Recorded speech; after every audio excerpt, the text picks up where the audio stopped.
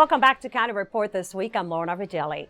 As daylight savings time ends and clocks are turned back, officials are cautioning motorists and pedestrians to be more attentive to roadway risks. And as Susan Kenedy tells us, one county parent is making it her mission to educate residents of all ages about those risks. Susan? Lorna, county officials take the issue of pedestrian safety very seriously. They've launched a number of programs, including one aimed at young people. The death of young Christina Morris Ward last Halloween left an impression throughout the community, and especially with her mother. Christina, she was a fun-loving young lady.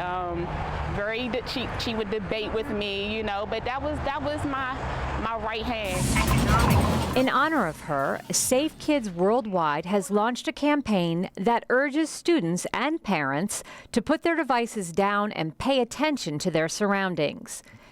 And to make sure her daughter's death is not in vain, Gwen Ward has made it her mission to raise awareness to the dangers of distracted driving. And I don't want another family to have to experience what I've experienced. It's very hard when you lose a loved one, especially at the age that Christina passed away.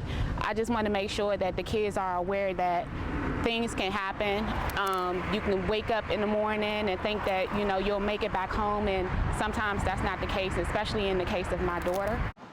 Late last year, right at this intersection, a young woman was killed. Councilmember Craig Rice is doing what he can to help Ward spread her message. The sign that you see behind me is one of the responses that we've made to make sure that our drivers are looking out for pedestrians. It really is a tragedy for us to lose any one of our children. And so we've taken that message literally to the streets to make sure that we're talking to all of our children, to make sure that we're talking at all of our community meetings about how important pedestrian safety really is. Yes, my daughter may have had on dark clothes and earplugs in her ears. I just wish that someone would have stepped out or tried to get her attention and say, you know, to let her know, little girl, take that stuff out. But also as drivers, we have to make sure that we are aware of what's around us, because that's our responsibility, driving these 3,000-pound vehicles. I mean, like, we miss her a whole lot, but again, you know, advocating and getting out here and speaking on this issue is really, really helping us